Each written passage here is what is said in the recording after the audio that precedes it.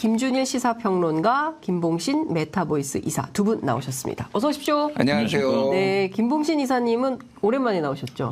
예, 자주 좀 나오시기 바랍니다. 그 총선이 D-36이다. 네, 그러니까 상당히 이제 얼마 안 남았다. 이렇게 볼 수 있는 거 아닌가요? 뭐 정치인들은 그래요. 30일이면 반이 남았다. 30개의 역사가 세워질 수 있다. 이런 얘기를 합니다. 최근 발표되는 여론조사들에 대해서 민주당은 조금 좀 우려 섞인 시선으로 보는 것 같아요. 신뢰할 수 있는 거냐. 이런 건데 좀 최근 조사는 어떻게 좀 봐야 될까요? 그러니까 여론조사를 신뢰 안 하기 시작하면은 전 답이 없다 이렇게 얘기를 해요. 물론 이제 개별 여론조사에 대해서 의문을 이제 표할 수는 있죠. 여기가 뭐 이제 요즘 뭐 논란이 뭐 있는 뭐 보수 과표집이네 뭐네 그러는데 뭐 보수 과표집이든 뭐 진보 과표집이든 그냥 네. 전체적으로 모든 대부분의 여론조사가 비슷한 경향성을 보인다라면은 믿어야죠. 그거를 물론 개별 수치에 대해서 조금 신뢰를 뭐 안 할 수도 있겠지만은 그래서 지난주에 기억하시겠지만 우리가 메타 분석 얘기하고 네네, 맞아요. 그때 예. 뭐 이런저런 얘기를 했잖아요. 그러니까 다 합산해 보면 나옵니다. 굉장히 네. 여론의 흐름을 바꾸는데 중요한 역할을 했던 프로그램이었습니다. 아 저는, 그래요? 예. 그런가요? 예. 어떻게 바꿨는지 모르겠으나 아니 난, 왜냐하면 막 네. 이렇게 흘러가는 흐름에서 꼭 그렇지 않다. 메타 분석을 해보면 예, 유효한 분석이었어요. 네, 그러니까 그게 이제 지난번 대선부터 해가지고 MBC가 이제 홈페이지를 하나 만들었어요. 여론 M이라고 한번 들어가 보시면 되는데 네. 그게 이제 원리가 기본적으로 그렇습니다. 이제 개별 그 여론조사 같은 경우에는 표집에 문제가 있을 수 있지만은 이거를 다 합치면은 표본 수가 이제 엄청나게 늘어나는 거잖아요. 뭐 1,000명짜리가 곱하기 10이나 20으로 하면 2만 명이 되는 거잖아요. 그렇죠. 기본적으로 그러면은 이게 평균에 수렴한다라는 거예요. 그러니까 메타 분석이라는 게 원래 그런 거거든요. 네. 그러니까 뭐 더 저보다 훨씬 전문가인 우리 김봉신 이사님께서 잘 설명해 주시겠지만은 그러니까 그 흐름을 이제 거스를 수 없는데 이거는 모든 지표가 민주당 지지율 하락, 네. 국민의힘 지지율 상승, 그리고 정권 심판론과 정권 지지론이 격차가 줄어드는 거, 그리고 네. 대통령 국정수행 지지율 찬성, 긍정이 올라가고 있고 부정이 내려가고 있다. 이거는 네. 수치는 다르지만은 부인할 수 없는 지표다. 뭐 이 정도 보시면 될 것 같아요. 네. 네. 어떻게 봐야 될까요, 이사님? 예, 최근에 여론조사 네. 처음에 이제 말문을 여실 때에 민주당 지도부에서 이제 이 여론조사를 최근의 경향을 잘 네. 믿지 않는다라고 했는데 김준일 평론가님께서 잘 말씀 주신 것 같아요. 그게 한두 개가 아니고 네. 사실 이제 제가 주목하는 것은 ARS 과거 이제 ARS 조사하고 전화면접 조사를 봤을 때 네. 전화면접에서는 이제 두 당이 좀 대등한 결과가 좀 많이 나오고 ARS에서는 민주당이 한 10%포인트 이상 막 높다든지 높은 네. 지지도를 보인다던가 어쩔 때 보면 어느 이제 특정 기관 같은 경우 55도 나왔었습니다. 민주당 지지도가. 지지가. 네, 그러면 이제 지난해예요? 예, 작년에. 네. 그러면 이제 지나가는 2명 중에 1명은 민주당 지지자인 때가 있었다. 네. 그리고 그 조사에서 무당층이 이제 예. 5% 정도. 그럼 대한민국 국민 중에 20명 중에 1명꼴로 무당층이 있을 뿐 네. 나머지 이제 20명 중에 한 19명은 지지하고 사랑하는 정당이 있을 수 있다. 네. 제가 이제 일체감을 느끼는 거죠. 네. 이제 이렇게 봤었는데 당시에 이제 제가 봤을 때는 그거는 문항 순서 효과일 가능성이 아주 컸습니다. 왜냐하면 ARS 조사는 네. 정당을 정당을 먼저 묻습니다. 그리고 이제 전화면접 조사는 뭡니까 국정을 먼저 묻는 게 이제 네. 일반적이거든요. 예. 그런데 이제 그 전화면접과는 달리 ARS에서 갑자기 이제 처음에 조사를 시작을 하면서 정당을 지지하는 정당을 물으니까 네. 이게 사실은 관여돼 있는 거는 정부에 대한 그러니까 윤석열 네. 대통령 대통령실에 대한 어떤 좀 원망에 마음이 아주 깊은 사람들이 사실은 정당을 물을 때 국정에 대해서 마치 심판하듯이 국정에 대해서 평가하듯이 네. 그렇게 응답을 하게 됩니다. 그렇게 되면 제일 야당인 민주당을 선택할 확률이 상당히 높아지죠. 네. 그래서 ARS 조사에서는 특히 민주당이 높은 비율로 나타났습니다. 응답이. 그런데 전화조사에서는 그거와는 반대로 묻기 때문에 국정을 한번 얘기를 하고 네. 아니, 나는 국정에서 부정평가한다. 잘못한다고 본다라고 응답한 후에는 그다음에 정당을 물으면 사람이 어떻게 되냐면 약간 균형심리 같은 게 발동합니다. 네. 그러면 윤석열 평가했으니까 그다음엔 뭐 이재명은 또 누구누구는 김기현은 뭐 이런 식으로 네. 평가를 하다 보니까 두 정당을 그야말로 정당 대 정당으로 비교를 해서 네. 비슷하게 나타났던 거거든요. 그런데 이제 몇몇 분들이 이런 이제 말씀을 하셨어요. 선거에 임박해 오면 정당에 대한 관여도가 높아진다. 그러니 정당 관여도가 높아지면 ARS처럼 전화면접 조사도 두 당의 차이가 벌어지고 네. 전화면접 조사가 점점 ARS 조사처럼 민주당이 지도가 높아지는 형태로 바뀔 것이다. 이런 전망을 내놓으신 분들이 있었습니다. 네. 그래서 저는 이것도 뭐 타당할 수 있죠. 그런 것도 야, 보자. 어떻게 되는지 한번 봅시다라고 했더니 이제는 그게 반대로 최근 경향은 ARS 조사에서 오히려 두 당이 비슷해지거나 네. 오차범위 이내이지만 뭡니까 국민의힘이 조금 더 우세한 거 아닌가? 최근에는 5점을 벗어나기도 했었고요. 네. 그런 흐름들이 오히려 나타나고 있어가지고 사실은 이거는 정당 대 정당의 평가로 관여도가 높아질 때, 정당 문항의 관여도가 높아질 때 두 네. 당의 평가가 비슷해지거나 오히려 야당에 대해서도 조금 실망하는 목소리도 나올 수 있다라는 게 최근 경향인 거죠. 그러니까 결정적으로 종합을 하자면 사실은 추세적으로 보면 민주당 정권 심판 여론이 굉장히 높았기 때문에 민주당에 대해서 좋은 점수를 주고 있던 유권자 지형이 공천 파동을 겪으면서 이게 하락하는 추세로 추세선이 좀 내려가고 있는 것이다. 이것은 부인할 수 없는 사실이다. 왜냐하면 여러 조사에서 하는 흐름이 대체로 비슷하고 물론 여론조사 꽃 여기서 하는 조사의 경우에는 전반적으로 민주당이 앞서지만 그것도 지지폭이 굉장히 줄어들었다. 최근 조사에서. 이것은 민주당에게 상당히 위험한 시그널이다. 이렇게 볼 수 있을 것 같다는 분석을 좀 해주신 것 같은데요. 저는 중요한 건 이제 또 투표율인 것 같아요. 왜냐하면 이제 호감, 비호감. 그러니까 심판할 결심은 마쳤는데 자, 그래서 내 투표, 내 소중한 한 표 어디에 행사하지? 누구 찍어줄까? 없어. 그러면 하지 말아야지. 이렇게 생각할 수도 있는 상황 아닙니까? 투표율은 좀 어떻게, 아직 이른 감은 있습니다만. 모르죠. 모르는데 네. 명확한 거는 네. 투표율과 민주당의 이제 총선의 뭐 지방선거도 마찬가지고 총선은 굉장히 높은 상관관계가 있다. 그냥 네. 상관관계가 정도가 아니라 네. 매우 높은 상관관계가 있다. 이렇게 보시면 될 것 같아요. 네. 그러니까 자 2004년 같은 경우에는 그때 이제 열린우리당이 과반을 했잖아요. 네. 그리고 소위 말해서 민주당 계열이 처음으로 이제 과반을 했을 때였잖아요. 그때가 그렇죠. 예. 그때가 60%였어요. 60.6%. 60.6%였고요. 그리고 이제 2008년 같은 경우에는 투표율이 확 떨어집니다. 네. 그래서 그때 같은 경우에는 46점. 50이 안 됐어요. 네. 46%. 그때는 그게 민주당이 81석밖에 못 얻었어요. 맞아요. 그리고 그러니까 소위 말해서 보수 뭐 친박연대까지 해가지고 뭐 이제 자민련까지 해가지고 다 합치면은 200석이 넘었습니다. 맞아요. 보수가. 예, 네. 그러니까 완전 민주당이 서울에서 특히 40대 7이 나왔어요 그때는. 네. 예, 그 정도로 이제 완전 폭망했다 이렇게 보시면 될 것 같고 2012년이 이제 54% 나왔거든요. 네. 그때도 박근혜 비대위가 네. 152석 가져갔죠. 과반을 가져갔어요. 그때 네. 민주당이 127이었죠. 예. 예. 그리고 58%를 기록한 2016년. 네. 이때는 123대 122로 한석 차로 민주당이 이겼고 이제 국민의당 제3당 변수가 있었지만 38석을 가져가고 네. 그랬습니다. 그리고 지난번 총선 2020년 총선에는 66% 나왔거든요. 네. 거기에는 180대 103이 나왔어요. 맞아요. 보시면 알겠지만은 그냥 투표율이 만약에 50%대 초반이 나온다. 그러면 국민의힘이 이제 압승을 이제 거둔다고 보시면 될 것 같고 네. 60% 수렴한다 그러면은 민주당이 이기는 거고 60%를 훨 상회한다. 네. 그럼 민주당이 크게 이기는 이런 흐름들이 지금까지 있었다 이제 보시면 될 것 같습니다. 네. 그래서 지금 이제 그러니까 이거는 왜냐하면은 민주당 지지층의 어떤 특성 때문에 그래요. 네. 이게 보수 정당을 지지하시는 분하고 민주당 지지하는 분들하고 이제 굉장히 좀 다른 특성을 보여요. 유권자 지형이. 유권자들이. 예. 그러니까. 보수 정당은 어쨌든 이제 요즘은 이제 젊은 보수가 있지만은 기본적으로 이제 노년층이 상대적으로 많고 네. 노년층은 투표율이 크게 변하지가 않아요. 맞아요. 비가 오거나 눈이 오나 이게 항상 찍어.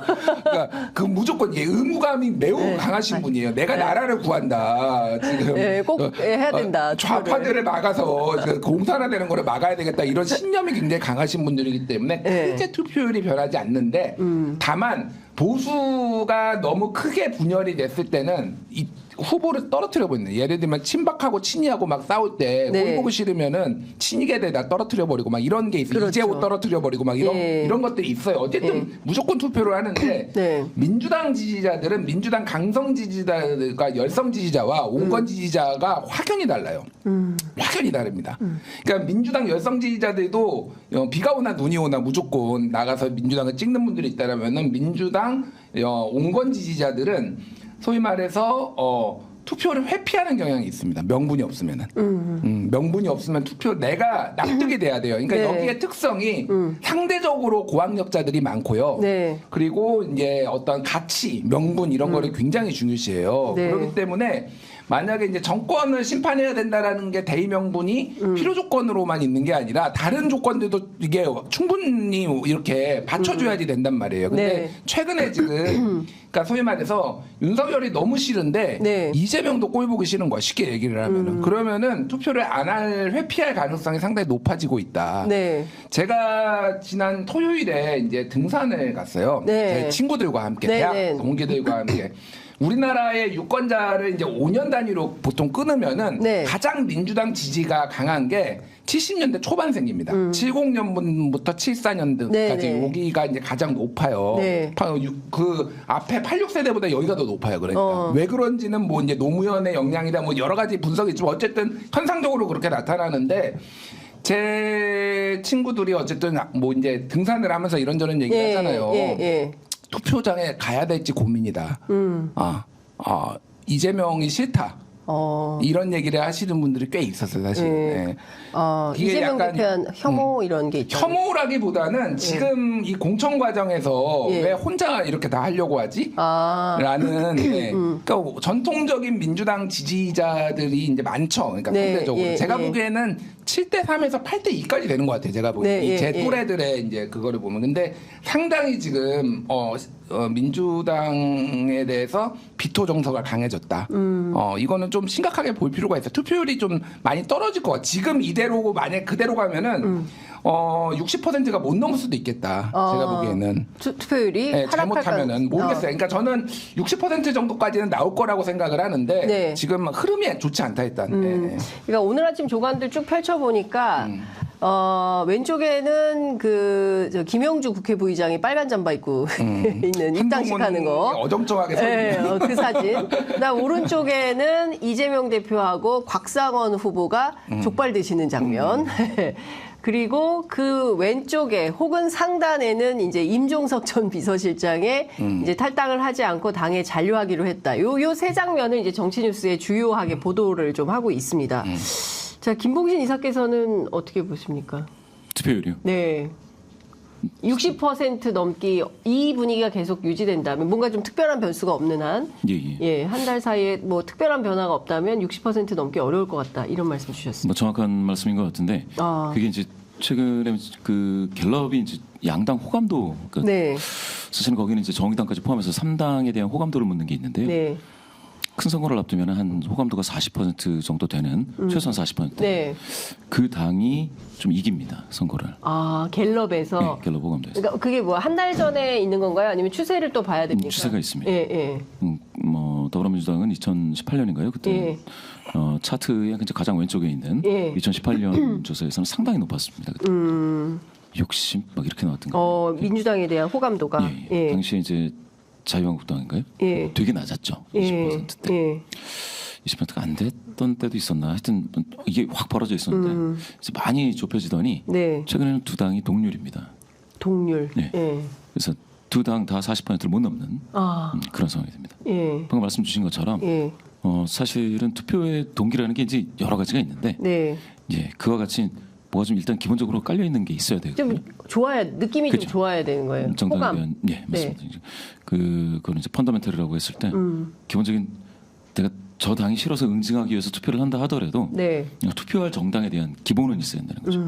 그런데 이제 호감도가 두 당 모두에게서 되게 낮게 나타난다는 것은 방금 말씀하신 것처럼 두 당에 예. 투표를 하러 가는 사람들이 적을 수 있다라는 것을 보여주는 거고요. 네. 두 번째는 방금 말씀하신 것처럼 보수 성향이신 분하고 진보 성향이신 분들하고 조금 다른 건 보수 성향이신 분들은 투표에 대한 효능감을 좀 가지고 있습니다. 자신의 표로 세상을 바꿔본 적이 많은 거죠. 그러니까 거기에 대해서 기쁜 마음을 가지고 여튼 찍게 되는데 진보 성향 분들은 되게 열패감이 좀 있고요. 그 다음에 절박감이 없으면 투표장에 잘 안 나갑니다. 절박감이 느껴져야 돼요. 지금 한 0. 몇 퍼센트 포인트로 지니까 내가 가서 투표하면 이기겠지라고 했을 때 그 이기는 사람에 대한 네. 기본적인 일체감이 있어야 됩니다. 후보 일체감이건 정당 일체감이건. 근데 지금 말씀드리는 거는 바로 이와 같이 각 진영에 계신 그런 유권자분들의 어떤 투표 동인에 대한 네. 어떤 투표 행동 메커니즘이죠. 예. 그게 약간 좀 다름에 따른 투표율이 저하가 있을 수 있고요. 그랬을 때는 지금 평론가님, 김준일 평론가님 말씀 주신 것처럼 진보 성향이신 분들이 투표를 포기할 확률은 언제나 상당히 높았다라는 거고요. 그래서 진보 성향의 좀 뭐라고 해야 될까요? 그 정당을 좀 지지하시는 네. 그런 어떤 그 농객분들 있지 않습니까? 네. 이분들이 계속해서 약간 좀 의혹고치를 위한 근거를 많이 들이댑니다. 지고 있지 않다. 네. 지고 있지 않다. 그러니까 민주당 특히 이제 민주당을 좀 좋아하시는 그런 어떤 농객분들은 민주당이 현재 지고 있지 않다. 그러니까 마음 놓고 투표를 해도 되고 당신들이 투표하면 이게 이길 거야라는 어떤 그런 시그널을 계속 주고 있는데 네. 이게 좋을 때는 좋고요. 네. 나쁠 때는 그 민주당 지도부에 대해 지나치게 이제 낙관 편향을 강화시키는 그런 부작용이 있을 수도 있고요. 또 다른 측면에서는 이 텐션을 너무 높이 올린 상태에서 쭉 가면 네. 나중에 빠지게 됩니다. 무슨 말씀이냐면 2022년 네. 대선 끝나고 나서 네. 그 이제 박빙으로 이제 졌다 이겁니다. 그렇죠. 이재명 예. 당시 후보가 그러다 보니까 지방선거까지 계속해서 투표율이 낮아지면 보수 성향자가 빠질 거다. 진보 성향자들 그리고 민주당을 지지하시는 분들은 계속해서 투표장에 나오실 거다. 투표율 높을 거다. 지지도가 빠지지 않다라고 하는 그런 그 농객분들의 주장이 되게 많았어요. 예. 방송에서. 예. 그런데 결과적으로는 투표율은 빠졌고 진보 성향이신 분들이 대거 투표에서 이탈하게 되는 또 호남에서 투표율이 정말 광주에서는 볼 수 없는 그런 투표율 그렇죠. 낮은 투표율이 나왔었지 않습니까? 네, 당시에 예. 전국 막 하위 최하위였죠. 최하위가 예, 광주에서 나오고 예. 그러면은 그 광주가 민도가 높다, 민주주의의 1번지다 이렇게 얘기했을 때의 그 투표율은 대한민국 민주주의 현재를 말하는 것일 수도 있겠고 해서 네. 제가 말씀드리는 거는 민주당을 좋아하시고 그렇게 하시는 농객분들의 네. 그런 어떤 붐업해야 된다라고 하는 그 강박 있지 않습니까? 네. 그게 가지고 있는 파괴적인 부작용도 생각해 보셔야 된다. 그러니까 너무 지나치게 살려야 한다라는 것 때문에 네. 메시지를 세게 내므로 인해서 오히려 그게 부정평가에 영향을 줄 수 미칠 수도 있고 또 지도부가 절박한 심정으로 이 선거를 지휘하고 준비해야 되는데 뭐 이길 거야라고 예. 낙관 편향을 갖게 되면서 오히려 선거 상황이 어렵게 되는 예. 이걸 경계해야 된다라는 말씀을 좀 주셨어요. 요거는 좀 말씀드릴게요. 네. 그러니까 무슨 얘기냐면 이제 이 진보 진영 특히 민주당 지지자들의 이제 여론조사에 대한 네. 어떤 하나의 기억 하나가 2010년에 있었던 오세훈 한명숙 그때 네. 선거에 대한 기억들이 있어요. 좀 옛날 이제 네. 인식이 있으신 분들은 그때 이제 오세훈하고 한명숙하고 20%포인트 이상 격차가 나, 여론조사를 해보면은. 근데 실제 투표장에 가보니까 0.6%포인트 차로 오세훈이 신승을 했거든요. 그렇죠. 그러니까 이게 그거의 기억을 가지고 계시면서 여론조사에 대한 불신들을 가지고 계세요. 여론조사. 그때 이제 물론 이제 여론조사가 문제가 생겼죠. 근데 네. 중요한 게 뭐냐면은 여론조사 방식이 바뀌었어요. 그 이후로. 예. 그러니까 이때 이제 소위 말해서 보수 과표집 문제가 실제 있었고요. 네. 집 전화가 이제 너무 많이 들어갔다라는 것들이 있어가지고 그 다음에 소위 말해서 이제 안심번호라든지 네. 이제 통신사로부터 받아가지고 지금은 유선 전화가 포함이 많이 안 됩니다. 네. 보통 유선 전화를 넣더라도 한 10% 넣고 무선으로 이제 받아가지고 이제 유선전화 하는- 거의 없으니까요 요새. 근데 의도적으로 유선 전화를 많이 넣어가지고 조금 네. 하려고 하는 거는 있어요. 네, 가끔 네. 가다가 그런 최근에 이제 그게 개항을 해 이재명하고 예. 원희룡의 오차범위 내에 있었다는 게 유선 전화가 많이 들어갔어요. 뭐 그런 식으로 이제 하는 경우도 있기는 있지만 대체적으로 보면은 그때의 편향은 지금은 없다라고 보시는 게 맞아요. 그러니까 여론조사 전문가들이 대부분 얘기를 하는데 네. 그거를 기억을 가지고 계시고 이게 샤이 보수가 엄청나게 많다 생각하는 것보다 이거 지금 다 보수 과표집이다 이렇게 말씀하시는데 네. 그때보다 여론조사 회사도 늘어나고 아까 얘기했지만 전체적인 트렌드가 그렇다고 본다라면은 그러니까 믿으시는 게 맞아요. 그러니까. 예. 네, 그거 좀 여쭤볼게요. 여론조사 전문가시니까 여론조사 꽃 여기에 투표 결과가 가장 정확하다. 왜냐하면 지난 그 강서구청장 보궐선거 때 뭐 대체로 정확하게 맞췄다. 그 17.15% 표차로 승리했는데 진교훈 후보가 18%로 승리할 거라고 예측을 했다. 그래서 이 조사가 제일 정확하다라고 판단하는 그 흐름이 있어요. 그 흐름에 대해서는 좀 신뢰할 만한 겁니까? 글쎄요. 그렇게 어느 회사를 평가하기에는 쉽지가 않고요. 네. 여론조사 꽃이 이제 이걸 또 평가하자니까 좀 애매한데 네. 약간 좀 문항 효과와 이제 하우스 이펙트 네. 기관 업체 효과가 네. 있는 게 아닌가 하고 생각하시는 분들이 많죠. 그런데 네. 최근에 어마어마한 조사를 했더라고요. 여심이 홈페이지 그 선거 결과 페이지를 네. 거의 다 뒤덮을 정도로 예. 조사를 했는데 그 정도의 열정과 예. 또 그런 인프라를 구축하고 예. 있다라는 이번에 것에 3만 대해서는 몇 개 샘플을 예. 제가 깜짝 놀랐습니다. 그래서 예. 이거를 좀 잘 활용하면 예. 좋은 결과가 있겠거니 하는 생각은 있습니다. 다만 아, 여론사 꽃이 네. 제가 봤을 때는 그러니까 네. 약간 다른게 접근을 하면 이 김어준 총재 네. 그분이 이제 만드신 거지 않습니까? 예. 근데 되게 좋은 거죠. 저는 이렇게 만들겠다라고 하는 건. 그런데 그 김어준 총재가 예전에 평소에 나는 그 기계적 중립성을 지킬 이유가 없다. 편파적인 것도 좋은 거라고 본다라는 그런 이야기들을 하신 게 있습니다. 근데 언론인으로서는 그게 맞는 것 같아요. 제가 봤을 때. 그 충분히 가치를 둘 수가 있는데 이 여론조사는 그게 좀 그래요.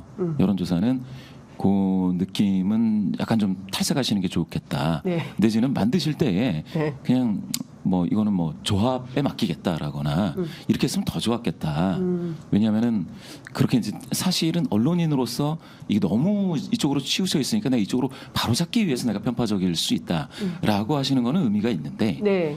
여론조사 기관은 그게 안 통할 수가 있습니다. 네. 여론조사 기관은 편파적이면 안 되죠. 예, 그래서 네, 공정하게 해야 되는 거죠. 그래서 이게 되게 안타깝죠. 그 가치가 서로 간에 이제 살짝 그 뭐 충돌하는 사회적 가치가 충돌하는 그 부분이 있어서 네. 또 이제 설문문항은 좀 조금 네. 설문문항에서 네. 가령 제가 인상적으로 기억을 하는 거는 과거에 네. 이런 문항이 있었습니다.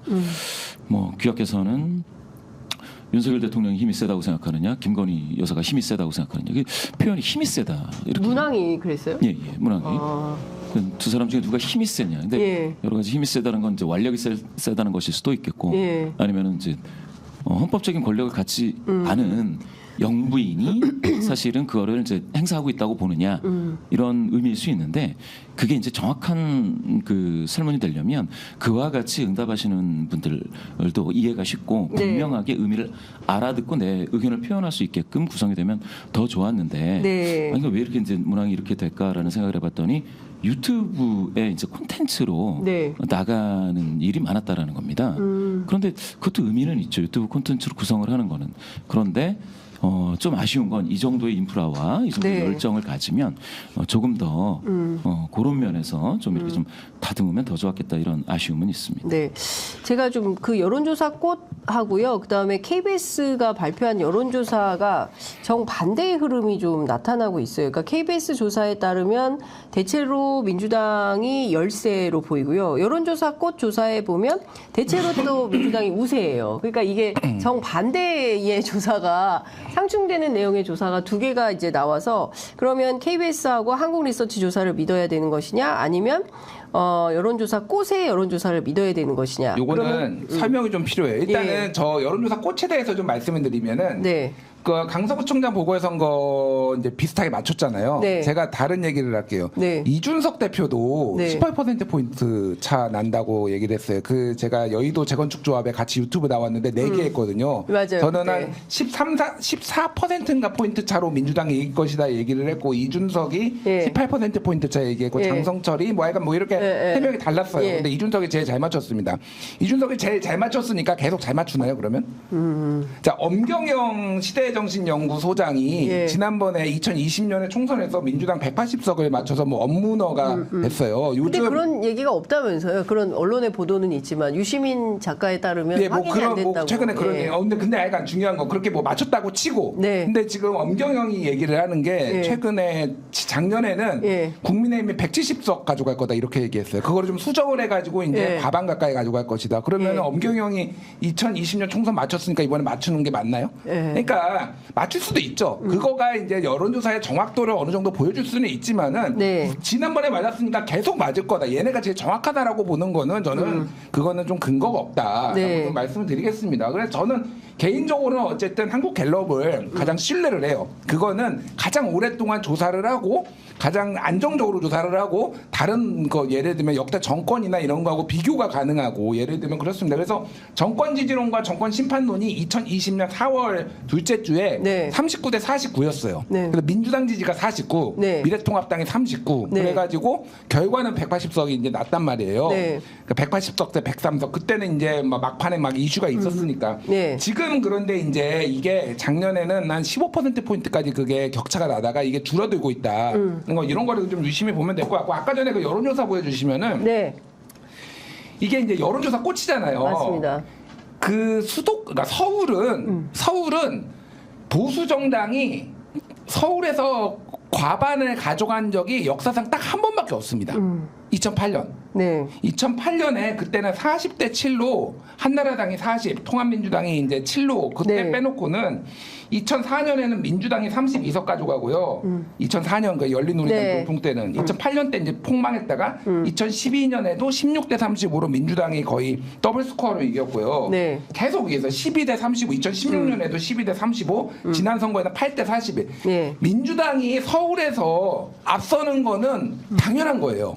여기에서 만약에 민주당이 과반을 내준다, 네. 그러면은 국민의힘이 전체 과반입니다. 제가 말하는 거는. 그러니까 네. 이거를 보고 야 민주당이 앞서고 있네, 안심해도 되겠다라고 하는 거는 말이 안 되는 거예요. 그러니까 TK가 지금 24석이 지금 다 가져가는데, 그러니까 제가 말씀드린 건 뭐냐면은 이 지지율 그 KBS 지지율 보면은 43대 33으로 국민의힘이 앞서잖아요.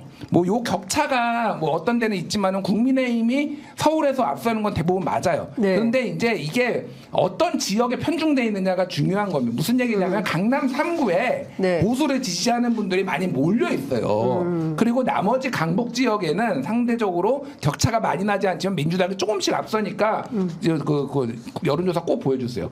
그러면은 결과적으로 이제 저렇게 나온다라는 거예요. 그러니까 그래서 민주당은 여기에서 최소한 국민의힘보다 2배 이상 가져가야 돼요. 그래야지 해볼 만한 거예요. 그러니까 수도권 특히 이제 서울에서 더블 스코어 이상으로 민주당이 우세하는 여론조사가 나와야 맞는 거다. 그래야 민주당에게 유리한 상황이 될 수 있는 거다. 그렇지 않으면 굉장히 어렵다. 이런 말씀을 주셨는데 30석에서 35석을 가져가지 않으면은 네. 국민의힘하고 이게 결합을 영남 지역에서의 열세를 상쇄가 안 된다니까요. 그러니까 지금 중요한 네. 게 수도권, 그러니까 경기, 서울, 경기, 인천 이 수도권하고 그다음에 대전, 충청 여기까지 그리고 제주, 호남 이렇게 하면 민주당이 좀 우세할 가능성이 높은 것이고 그렇지 않고 수도권을 만약에 반분까지는 아니겠지만 민주당이 6대 4로 나눠도 민주당이 불리한 겁니다. 6대 4로 불리한 나눠도. 선거가 된다. 예. 그렇게 보십니까? 지금요? 네. 수도권이 예. 서울이 좀 안 좋은 건 맞는 것 같아요. 서울이 안 좋다. 민주당에게 서울이 매우 안 좋다. 경기도나 인천은 흐름이 많이 바뀐 건 없죠.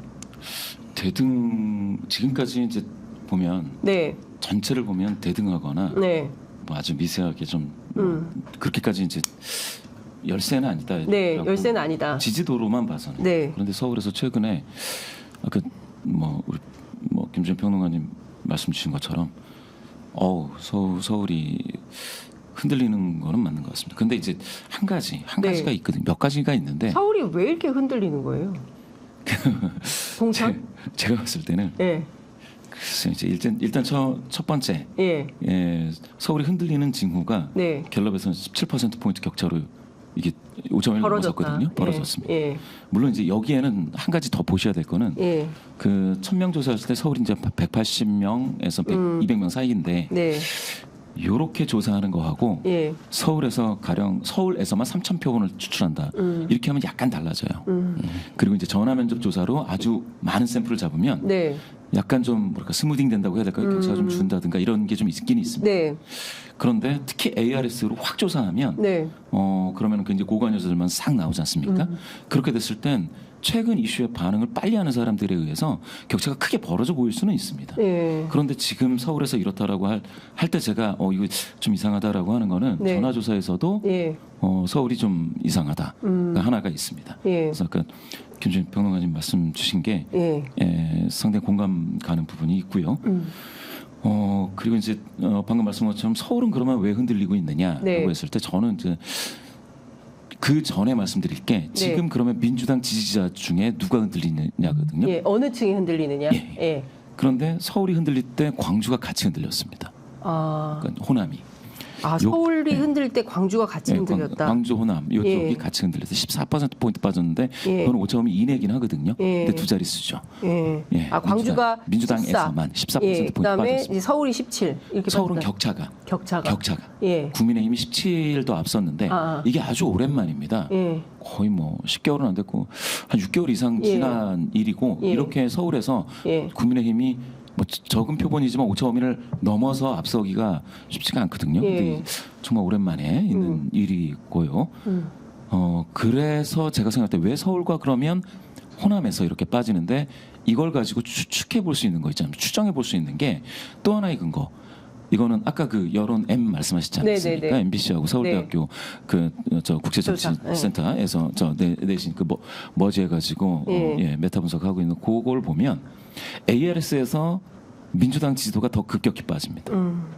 이 기울기가. 네. 그런데 전화 면접에서는 민주당 지지자들이 약간 완만하면서 격차가 벌어지는 거는요. 네. 국민의힘이 올라가는 이 기울기가 좀 높아요.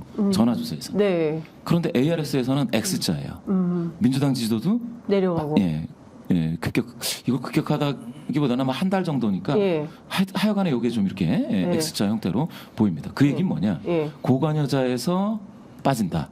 서울에서 빠진다. 예. 호남에서 빠진다. 이 얘기는 예. 민주당을 둘러싸고 있는 주변에 예. 두터운 지지층에서 빠지는 게 아니고요. 예. 핵심 지지자에서 빠질 수가 있습니다. 핵심 지지자. 예, 그냥 코어로 이를테면은 코어에서 빠지고 있다. 예, 그럴 수가 있다. 이거 되게 위험한 거 아닌가요? 이게 그러니까 주변부로 어떻게 확산되느냐에 따라서 다른 건데. 근데 임종석 그 뭡니까? 그분이 비서실장? 전 비서실장이 예. 남겠다고 했지 않습니까? 예. 그 시그널이 어떻게 갈지 모르는데 예. 서울에서 이렇게 코어층에서 빠지는 이유는 예. 이것처럼 민주당은 사실은 개파 연합 비슷한 거잖아요. 그렇죠. 완전히 연합하죠. 당원 중심 정당은 아닌 거죠. 개파 연합인데 이 개파 어딘선가 큰 파열음을 내고 있다라는 예. 그 신호가 있기 때문에 예. 어떤 특정 개파를 좀 더 마음에 두시거나 아니면 거기도 괜찮지라고 하셨던 분들 핵심 지지자 코어 그룹에서 이탈하고 있을 수 있다.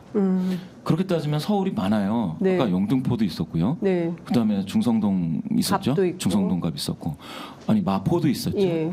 저쪽에 지금 박용진 예, 그분이 강북도 있고. 그분이 강북이죠. 예. 거기에 따라 덩달아서 고봉도 그렇죠. 예, 덩달아서 막 움직이는 데가 예. 있지 않습니까? 광진 막 움직였죠. 예. 아니 여러 군데예요. 서울의 여러 군데 지역이 흔들리고 여러 있다. 군데가 흔들리는데 이게 예. 어떻게 생각하면 어떤 특정 개파의 일부의 움직임처럼 보일 수가 있단 말입니다. 네. 그래서 저는 제가 이제 가설적 문제 제기를 가지고 있는 거는 네. 핵심 지지자 중에서 빠지면 이게 그럼 어떤 파급력을 가질 것이냐 아니면 네. 이게 하나의 물갈이로서 비춰서 핵심 지지자에서 빠지지만 주변을 감싸고 있는 두터운 지지층에서는 아주 견조한 흐름을 유지할 것이냐 이거는 이제 봐야죠. 근데 이게 본선이 코앞이거든요. 네. 이게 3월 중순이면 네. 3월 중순이면 제3지대 정당들도 진영을 갖추기 때문에 이게 정당 대 정당의 싸움이 쫙 벌어집니다. 2월까지는 어떻게 되냐? 큰 정당이 이니셔티브를 갖고 있는 내부 컨벤션이 세죠. 네. 그런데 3월 중순이면 그때는 진짜 이제는 정당의 기초 네. 체력만을 가지고 싸워야 될 때가 오거든요. 네.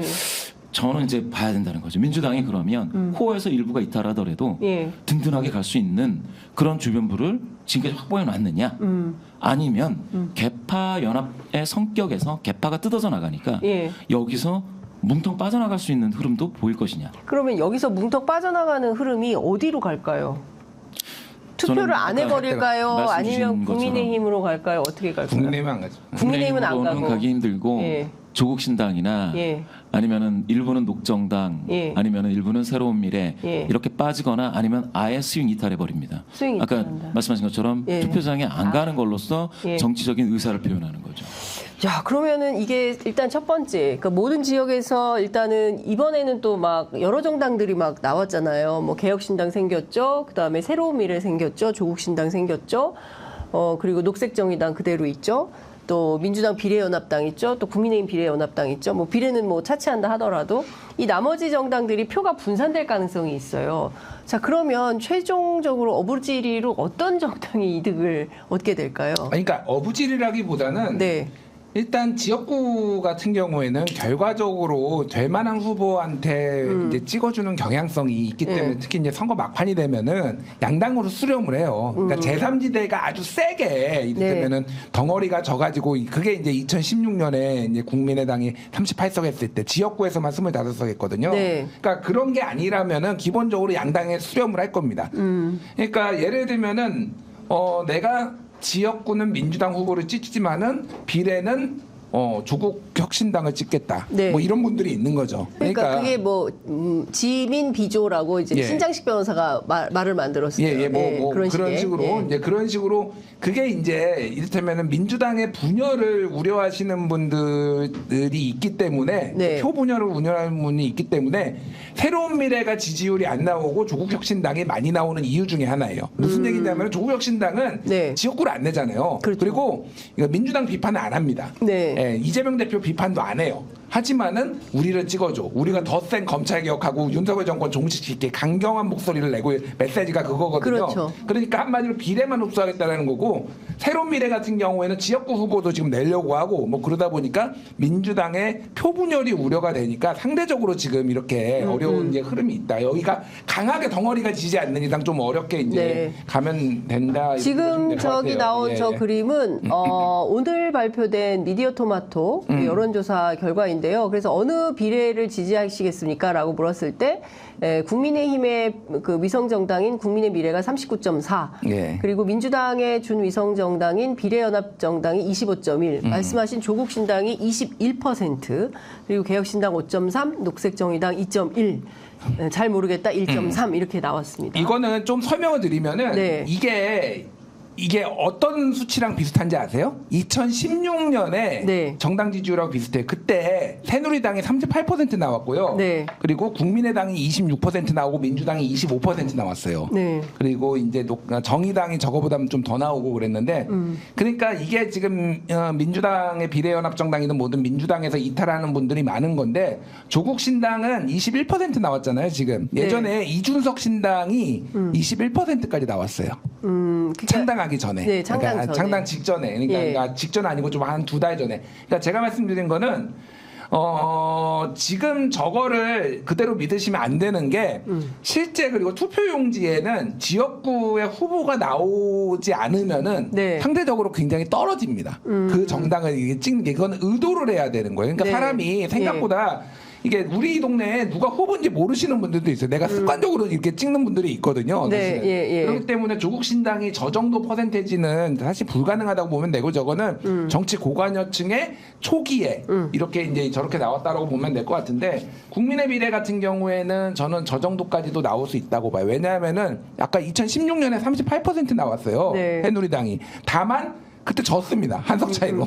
그러니까 꼭 저게 비례정당에서 투표를 더 받는다고 반드시 이기는 건 아니라는 거예요. 그러니까. 예. 네. 근데 사실 이제 국민의 미래는 일종의 보자면 그 보수 진영의 단일 대오 정당이라고 그렇죠. 할 수 예, 있고 예, 예. 나머지는 다 사실은 민주진보 진영의 정당들이기 때문에 거기에서 이제 어떤 정당이 더 많은 그 프로테이지를 가져갈지 이건 좀 지켜봐야 될 것 같은데 어쨌든 이제 저 그림을 저희가 봤는데 지금 중요한 포인트는 정치 고관여층 호남과 서울이 같이 빠지고 있고 그리고 그 소위 얘기하는 민주당의 핵심 지지층의 분열이 이제 나타나고 있다. 그러니까 임종석 전 비서실장이 당의 잔류를 결정을 하고 오늘 이제 신문에 정치면에 도와 그뭐 톱 기사를 임종석 실장의 잔류 결정을 주요하게 보도하고 있기 때문에 이게 또 여론 지형에 미칠 영향도 크다.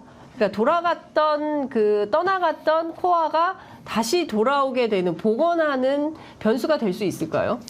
그러니까 이제 그게 가능하죠. 불가능한 거는 아닌데 네. 지금 방금 그 차트도 보면 네. 비례연합정당이라고 되어 있지 않습니까? 네. 그런데 이제 이름이 더불어 저 뭐죠? 민주연합 아닌가요? 더불어민주연합. 그렇죠. 네. 저기 보시면은 조국신당도 조국혁신당이고 맞아요. 이름이 이제 조금씩 달라지고 조금씩 달라졌죠. 예. 국민의 미래는 정해져 있고요.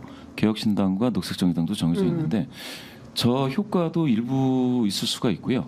과거 2020년을 보면 더불어시민당이 더불어시민당. 이제 나중에 생겼지 않습니까? 네. 그랬을 때 이제 열린민주당이 중도주의를 이제 배격하고 저 뭡니까 매운 민주당이다 네. 해서 열린민주당을 예. 만들고 예. 그때 이제 몇 분이 이렇게 좀 했었지 않습니까? 네, 네. 그래서 그때 또 20%까지 나왔나? 하여튼 10% 중후반까지 나왔었습니다. 열린민주당이. 열린민주당 예.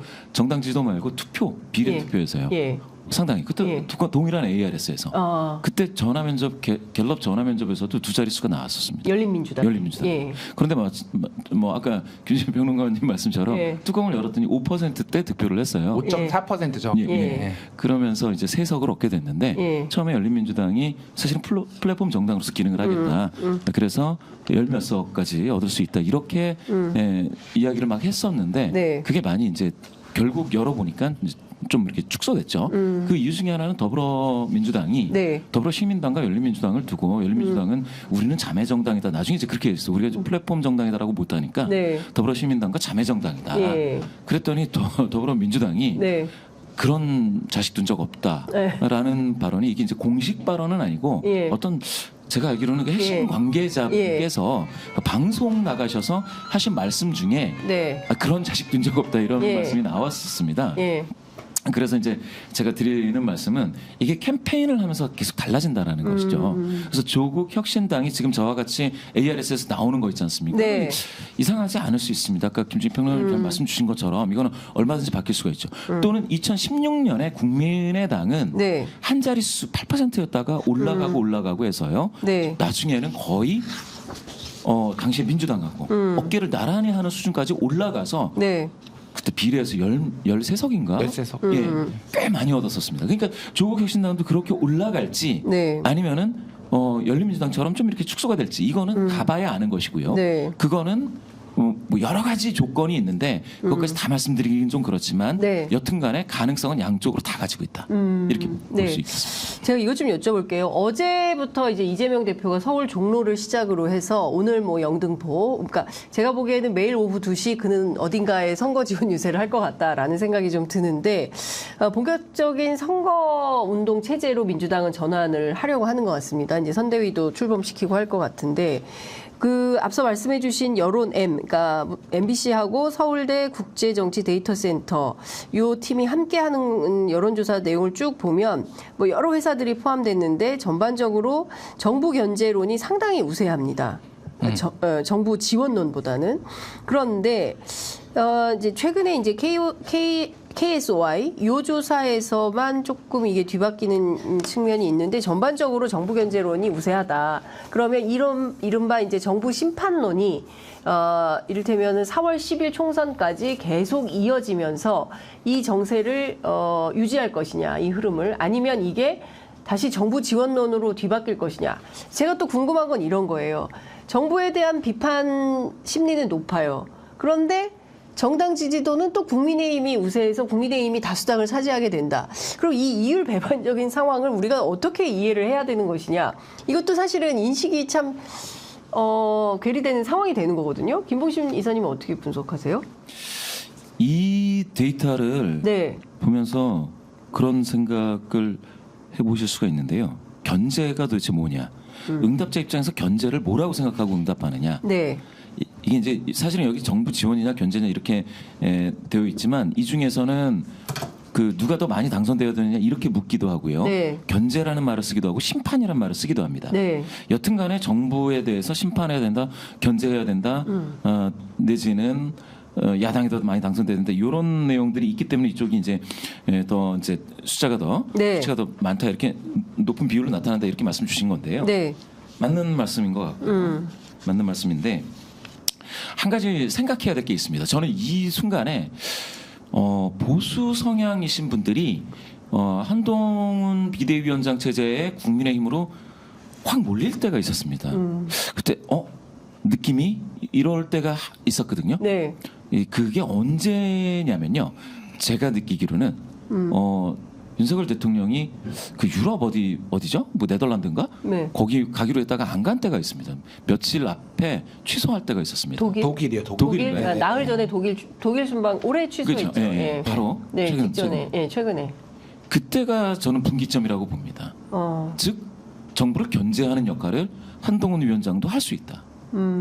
즉 다시 얘기해서 견제가 네. 굉장히 그 압박식으로 견제하느냐 아니면 가서 뭐 이럴 수도 있지 않습니까? 아 형님 그 좀 이렇게 해주세요라고 네, 네. 뭐 읍소형도 있는 거잖아요. 네. 그러니까 어떻게든지 못하게 하는. 다시 얘기해서 보수 성향이신 분들이 네. 아 이제 마음 놓고 국민의힘을 지지할 수 있겠다라고 생각하는 거는 네. 어떤 방식이건 간에 예. 여당이 대통령실에 끌려다니지 않는구나라는 시그널을 준 때가 바로 그때라고 저는 생각합니다. 그러니까 그때 그런 소문이 났었죠. 김건희 여사가 비행기 타면 지지율 10% 떨어지니까 그렇죠. 절대로 비행기 못 타게 해야 된다라는 국민의힘의 요구가 관철됐다라는 그렇죠. 게 기자들 사이에서 소문으로 돌았었어요. 예. 그건 뭐냐면 보수 성향이신 분들 그런 예. 유권자분들께서 보시기에 이거 봐라 이제는 예. 통제하네.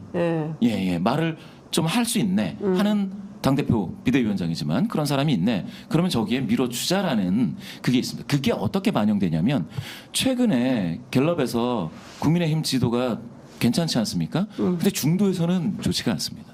아, 중도에서는. 예. 예. 상대적으로 보수 성향이신 분들 중에서는 이게 응집도가 상당히 높은 비율로 나타나요. 네. 진보 성향이신 분들 중에 민주당을 지지하시는 그 비율과 격차가 있습니다. 네. 보수 성향이신 분들은 국민의힘 쪽으로 많이 지금 몰려 있어요. 그런데 중도에서는 국민의힘 쪽으로 그 정도 비율이 아닙니다. 전국 평균보다도 좋지가 않습니다. 네. 이런 거를 따지면 중도까지 끌어오진 못했는데 네. 보수 성향이신 분들을 똘똘 뭉쳐 있다. 그렇죠. 응집도를 높이는 예. 데는 이 시즌에서 성공했다. 예. 2월 달에 성공했다. 이렇게 예. 볼 수 있습니다. 그러면 저는 이것 좀 여쭤볼게요. 중도 표심이 중요하잖아요. 왜냐하면 양쪽이 다 꽉 뭉쳐 있고 이 가운데 있는 소위 얘기하는 캐스팅 보트 집단이 어느 쪽에 표를 줄 거냐 이게 되게 중요한데 이번에 어떤 평가 혹은 판단을 할 거라고 보세요? 일단은 여당 지지냐, 그러니까 야당 지지에서도 제1야당 지지냐 아니면 제3지대 지지냐 요거를 갤럽이 물어보거든요. 네. 제3지대가 1월 넷째 주에 제3지대를 지지하겠다가 24%였는데 네. 지금 2월 또 다섯째 주에 16%가 됐어요. 떨어졌어요. 예, 그러니까 네. 계속 줄어들고 있어요. 8% 한 달 사이에 8%포인트가 빠졌습니다. 그러니까 네. 이번 선거를 처음에는 이제 양당 심판론을 생각하신 분이 전체 4분의 1 정도 됐는데 네. 이제 아예 그러니까 제3지대 가는 거 보니까 끝났다라고 해가지고 이제 각자 지지하는 쪽으로 이제 이렇게 가고 있다 이렇게 보시면 될 것 같아요. 네. 그러니까 전체적인 거는 아까 전에 이를테면 정부 견제, 정부 지원 뭐 이것도 비율도 그렇고 대통령 국정수행 지지율도 그렇고 야당이 우세한 거는 맞아요. 근데 네. 아무것도 안 해도 그냥 거저먹는 이런 정도는 대통령 국정수행 지지율이 거의 20%포인트 차가 났을 때 예전에 12월 말에 네. 이럴 때는 진짜 야당이 아무것도 안 해도 그냥 이길 수 있는 건데 지금은 갤럽 전화 면접도 39대 53이에요. 14%포인트 차거든요. 네. 이게 만약에 한 자릿수로 들어온다. 지금 14인데 이게 20% 대충 전화 면접도 한 18에서 20 정도 나다가 지금 계속 줄어들고 있고 네. 리얼미터 같은 경우에도 41점에 55.4 이것도 역시 14%예요. 거의 수렴하고 있어요. 그러니까 이게 계속 줄어들고 있어요, 지금. 네. 제가 말씀드린 건 뭐냐면은 지금도 야당이 유리하지만은 이제는 야당이 뭔가를 적극적으로 해야 돼요. 그런 본인들의 비호감도도 낮춰야 되고 네. 정치적 비전도 보여줘야 되고 그러지 않으면은 거저먹을 수 없는 선거가 이미 됐다. 네. 이렇게 보시면 될 것 같아요. 그리고 정부 지원과 정부 견제 이게 네. 아까 전에 여론엠 그 전부 수렴해 보면은 평균 내 보면은 2월 25일 기준으로 41.2 대 49.6으로 네. 한 자릿수입니다. 그러니까 두 자릿수가 아니에요. 네. 이게 1월 달까지만 해도 두 자릿수가 났거든요. 이것도 줄어들고 있어요. 그래서 점점 이게 야당이 날로 먹으려고 하면 안 된다. 쉽게 얘기하면. 그러니까 날로 먹는다는 건 뭐냐면은 정권 심판해 주십시오라고 한다고 해서 다 해결되는 게 아니라는 네. 거예요. 그러니까 근데 자기들의 지금 비전을 보여줘야 된다. 맞습니다. 예. 예. 그러니까 지금 민주당의 가장 큰 문제는 뭐냐면은 정권을 심판해 달라는 거 외에 뭘 하겠다라는 건지 아무것도 없어요. 제가 과문한 건가요? 혹시 들어보신 적 있나요? 정권을 김건희 여사 특검 뭐 정권 심판론 빼놓고는 민주당이 뭘 하겠다. 민주당이 우리도 이런 부분이 부족했으니 우리가 지금도 과반이었지만 앞으로 과반이 되면은 우리는 지난 정부에서 그러니까 이제 현 임기 내에서 뭘 못했으니까 이거를 하겠다라는 거를 아무도 지금 들어본 적이 없습니다. 근데 그게 진짜 예. 중요한 건데요. 민주당 계속 발표는 하고 있어요. 발표는 하고 있는데 주목을 못 받고 있죠. 그러니까 그래서 민주당 사람들은 언론 탓을 좀 하는 것 같아요. 우리가 이렇게 매번 뭐 민생 정책들 발표를 하고 있는데 언론이 잘 보도를 안 해준다. 이제 이런 답답함을 얘기를 하는데. 근데 저는 요거는 명확하게 얘기를 해야 돼요. 네. 민주당 지금까지 역대 야당이 승리했던 거는요. 정책을 뭘 하겠다라고 해가지고 승리한 적이 한 번도 없어요. 왜 그러냐면은 정책은 집행 권한은 행정부에 있습니다. 그렇죠. 네, 이거는 사람들이 바보가 아니에요. 그러니까 야당에서 발표를 한다고 해서 예를 들면은 지난번에 이제 저출산 문제 대책 얘기하면서 네. 집을 주겠다 이렇게 뭐 예, 이런 거 예, 했잖아요. 예. 굉장히 파격적이었어요. 사실은 이제 거주 문제가 네. 굉장히 집값 문제가 굉장히 심각하니까. 중요하니까. 그런데 이제 물어봤어요 기자들이. 이거 근데 정부하고 협의가 된 거냐? 아니 야당은 원래 대안을 제시하는 거다. 사람들이 바보가 아니니까 민주당이 지금 뭐 맨날 민생 얘기를 하는데 네. 민주당한테 사람들이 그러니까 야당한테 기대를 하는 거는 하나는 더 선명하게 싸우는 거, 정부의 실정을 비판하는 거고 또 하나는 자기들이 가지고 있는 기득권을 내려놓는 거. 그게 정치권, 국회의 기득권일 수도 있고 네. 뭐 여러 가지 민주당의 기득권일 수도 있고 주류 친명의 기득권일 수도 있어요. 그리고 이재명 대표를 포함해서 그게 없으면은 사람들이 안 움직인다라는 거예요. 그러니까 개혁신당이 맨날 우리 무슨 공약 발표한다라고 해서 사람들이 귀 기울입니까? 제대로 어차피 저거 정책 실행 능력도 없는데 저거 왜 발표해? 좀 거칠게 얘기하면 이거예요. 민주당도 사실은 큰 범주 내에서는 그거에 크게 벗어나지 않는다라는 겁니다. 네. 하여튼 그래도 개혁신당도 열심히 발표는 하고 있어요. 아니 뭐 저도 개혁신당 좋아하는 네. 정치인도 많지만은 네. 기본적으로 안 움직이는 메커니즘에 대해서 이해를 하셔야 된다는 거예요. 알겠습니다. 이건 좀 어떻게 보십니까? 조국 혁신당이 상당히 흥행몰이를 아까 이제 21%까지 올라오긴 했는데 상당히 흥행몰이에 성공하고 있다. 저도 이제 지난 일요일 그 중앙당 창당대회 현장에 취재를 갔었지만 시민들의 열기가 그동안 보지 못했던 수준으로 굉장히 뜨거웠다. 그러니까 굉장히 오랜만에 보는 시민의 열기였다. 이런 평가가 가능한데 어디까지 상승 흐름을 탈지 아니면은 앞서 이제 말씀하신 대로 개혁신당도 한때 21%까지 올랐었다. 뭐 이런 이제 평가도 나오는데 김봉신 이사께서는 어떻게 전망하십니까?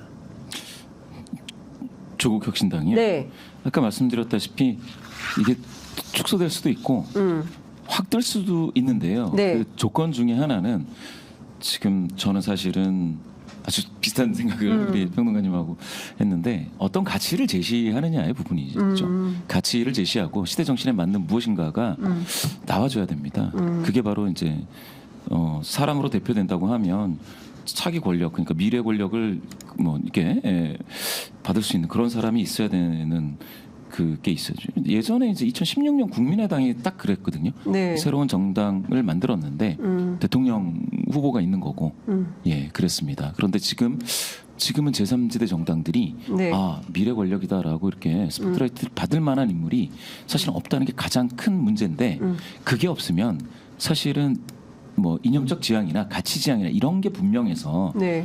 확고한 어떠한 계층의 고정적 지지를 받아야 되는데 그것도 없거든요. 네. 그러니까 저는 조국 혁신당이 아까 말씀드린 것처럼 예전에 이미 했었습니다. 열린민주당이 매운 민주당 하겠다. 네. 예, 코거죠. 예. 그런데 거기에서 더 나아가는 게 없어서 과연 그러면 선명한 민주당 이외에 네. 뭘 제시할 수 있느냐. 뭐 몇 가지 이제 오늘 그 지난 창당 대회에서 비교적 의제를 좀 선명하게 밝히긴 했죠. 그러니까 뭐 이를테면은 김건희 부부 종합 특검을 하겠다.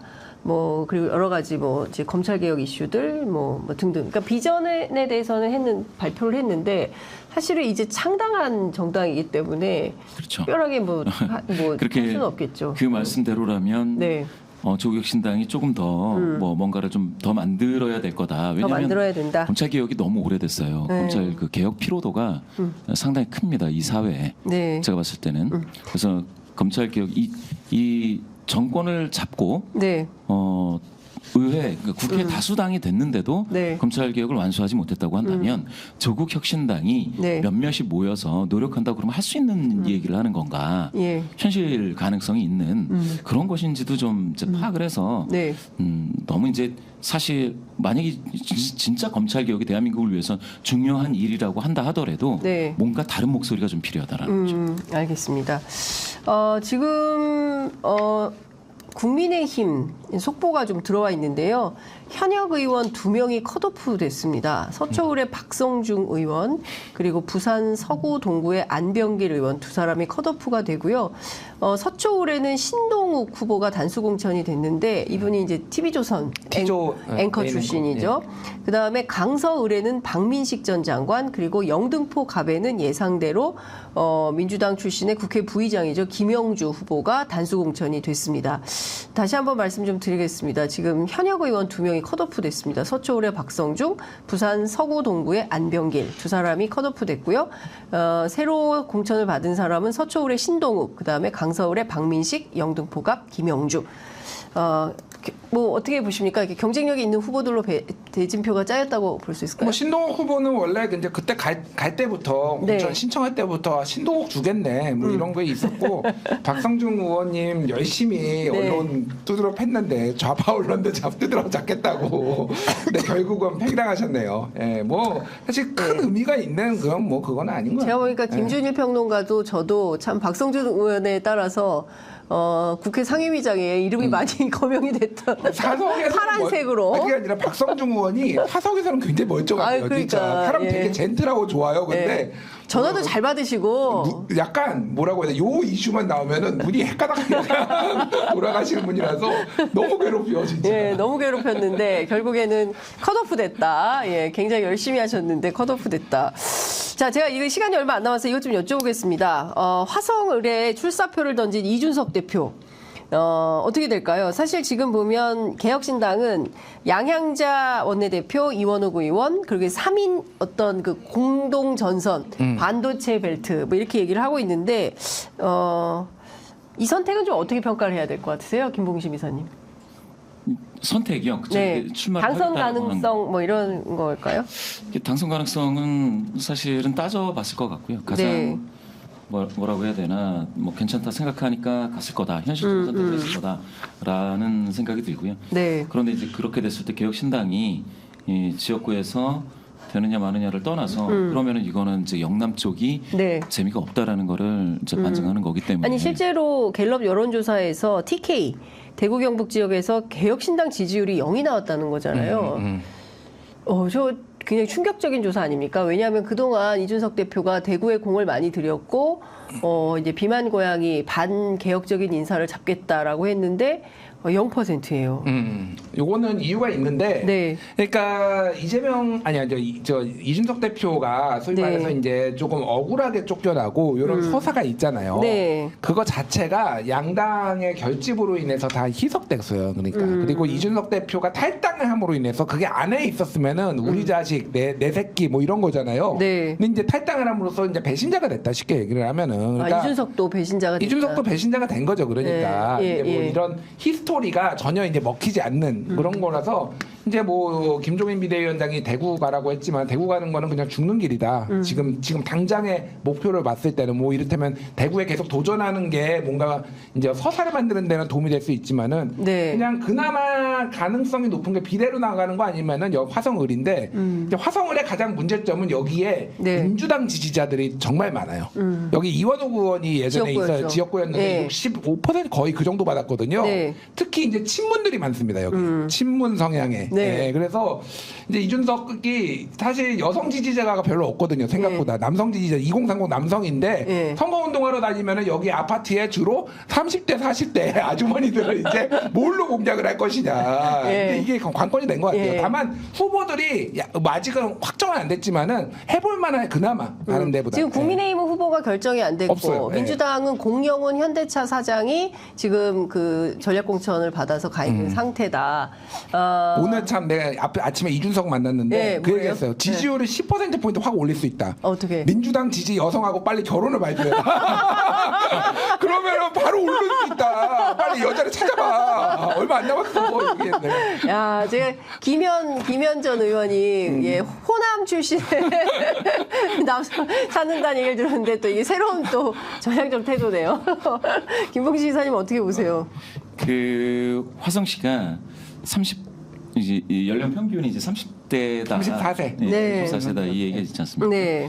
그런데 이제 평균이 그렇다고 해서 이게 평균 가운데 30대 중반을 중심으로 해서 이렇게 모여 있는 이런 정규 분포는 아닌 거죠. 인구는. 그러니까 40대와 54, 50대 그리고 이제 10대 이제 청소년이나 20대가 많이 있어서 그래서 그 평균이 30대로 나타날 수도 있습니다. 네. 실제 인구 구성으로 봤을 때 분명히 젊은 인구가 많은 것도 사실인데 네. 이준석 대표가 만약에 이기려고 하면 사실은 가장들을 노려야 되는 거예요. 가장들. 그럼 가장의 경제적인 부담과 관련해서 노인들 뭡니까? 무임승차 문제. 무임승차를 예. 해자든지 이런 공약들은 예. 사실은 도움이 안 되죠. 경제적인 그 뭐 중심에 있는 가장들의 마음을 네. 제대로 읽어야 될 겁니다. 경제적인 중심에 있는 가장들의 마음을 읽어서 선거에 좀 도움이 되면 어떻게 결과가 나올지 그것도 좀 지켜봐야 될 것 같습니다. 오늘 두 분 말씀은 여기까지 듣도록 하고요. 아유 꼼꼼한 평론 너무 데이터 분석 감사드립니다. 자, 다음 주에 뵙겠습니다. 고맙습니다. 네, 감사합니다. 감사합니다.